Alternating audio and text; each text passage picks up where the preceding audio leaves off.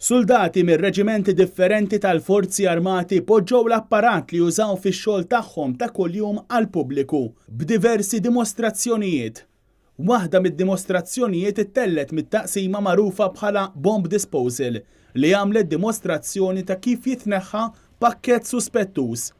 Fid-dimostrazzjoni ġimuri kif biex jitneħħa pakkett suspettuż l-ewwel jitwaħħlu tarjoli u ħbula biex l-oġġett perikolus jitneħħa minn fejn ikun għal post aktar sigur.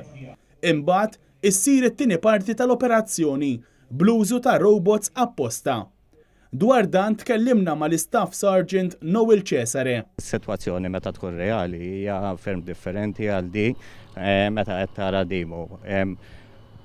Ovvjament illi n-nies meta hawnhekk qegħdin indawrin magħna, fir-realtà ma jkunux indawrin magħna, naħdmu ħafna wkoll mal-pulizija biex jikkordaw u jagħmlu kordin ta' evacuation biex in-nies at least ikunu safe. Tkellimna wkoll mal-Logutenent Adrian Cipriot, inkarigat mill-organizzazzjoni tal-Open Day. Hija importanti li n-nies jifhem eżatt x'inhu x-xogħol u x'inhu r-ruoli u r-responsabilitajiet tal-Forzi Armati ta' Malta.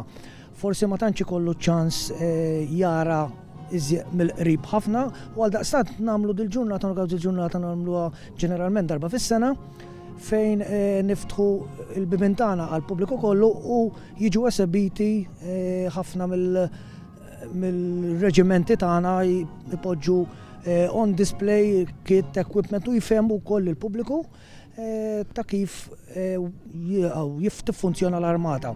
Waqt l-Open Day saru dimostrazzjonijiet oħra, fosthom simulazzjonijiet ta' search and rescue bil-helicopters tal-AFM, drill session bil-partiċipazzjoni tal-pubbliku u booby trap demo.